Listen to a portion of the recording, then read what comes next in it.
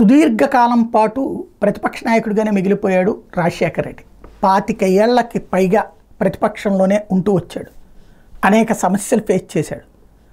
అయితే ఆయన అధికారంలోకి రావడానికి అధినాయకత్వాన్ని ఒప్పించింది అప్పుడున్నటువంటి ముఖ్యమంత్రి అభ్యర్థులైనటువంటి నేదురుమల్లిని, కోట్ల విజయభాస్కర్ రెడ్డిని ఒప్పించినటువంటి పాయింట్ ఏంటంటే, అయ్యా చంద్రబాబు అనేటువంటి ఆయన విపరీతంగా తిరుగుతాడు జనంలో, పొద్దున్నుంచి సాయంత్రం దాకా తిరుగుతూ ఉంటాడు.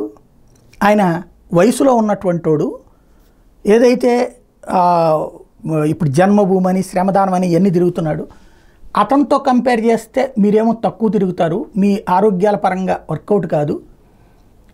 ఆ సందర్భంగా నాలాంటి యంగ్స్టర్ అయితే నేను తిరుగుతాను, అంతకంటే ఎక్కువ కష్టపడతాను, కాబట్టి మీరు దయచేసి పోటీ నుండి తప్పుకుని నా పేరు అధిష్టానం దగ్గర సిఫార్సు చేయండి అని రిక్వెస్ట్ చేశారు రాజశేఖర రెడ్డి నేదురుమల్లి కోట్లని. అప్పుడు రాజశేఖర రెడ్డి పేరు వీళ్ళిద్దరూ అధిష్టానానికి సిఫార్సు చేశారు. వీళ్ళు కూడా చర్చించుకున్న తర్వాత అప్పుడు రాజశేఖర రెడ్డి పేరుని పాదయాత్రకి ఓకే చేసింది ఆనాడు అధిష్టానం. 1450 కిలోమీటర్ల పాదయాత్ర చేసి ఆ పైన ముఖ్యమంత్రి అయ్యారు రాజశేఖర రెడ్డి. ముఖ్యమంత్రి అయ్యాక కూడా ప్రతిసారి పరుగులు పెట్టేవాడు.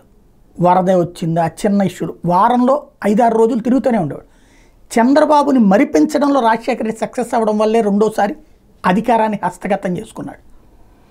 ఈ మాట నేను చెప్పింది వేగ్గా ఎవడో గొట్టంగాడు చెప్తే కాదు.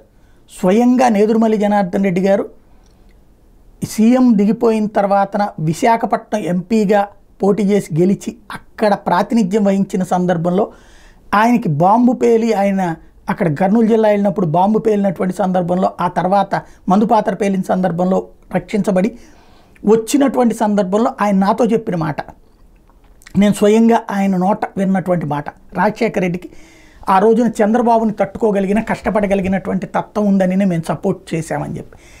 అంటే అలాంటి కష్టపడేటటువంటి తత్వం రాజశేఖర రెడ్డి చూపించారు. ఇక్కడ జనాలు కష్టపడే వాళ్ళకి పట్టం కడతారు. జగన్మోహన్ రెడ్డికి ఎందుకు పట్టం కట్టారు? 1000 కిలోమీటర్ల పాదయాత్ర చేశాడని చెప్పి, దాదాపుగా అంతకుముందు ఉన్న రికార్డులని బద్దల కొట్టి పాదయాత్ర చేశాడని ఇచ్చారు. అధికారంలోకి వచ్చాక బయటికి రావడం గగనం అయిపోయింది.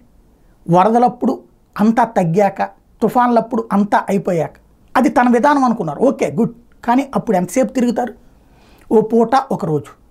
అదే ఇప్పుడు చంద్రబాబు ఈ వరదల్లో 10 రోజుల పాటు అక్కడే ఉన్నారు.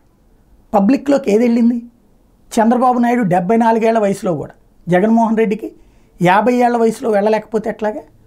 ఇవాళ చంద్రబాబుని కొట్టాలంటే, చంద్రబాబుని గెలవాలంటే జగన్మోహన్ రెడ్డికి కావాల్సింది ఏదో అప్పుడప్పుడు ప్రభుత్వ ఏదేది కార్పొరేట్ కంపెనీ CEO లాగా కాకుండా జనంలోనే తిరగాలి. ఓ పక్కన తన వాళ్ళని తంతే 10 రోజులు తన్నాక అందులో ఒక 2 దగ్గరికి వెళ్ళి పరామర్శించి రావడం, లేదా 10 మందిని జైళ్ళలో పెడితే ఎక్కడో ఒకళ్ళ నాయకుడి దగ్గరికి వెళ్ళి చూసి రావడం. ఇది చేస్తే గనక జగన్ మీదన జనంలోనూ నమ్మకం రాదు, కార్యకర్తలోనూ ధైర్యం రాదు.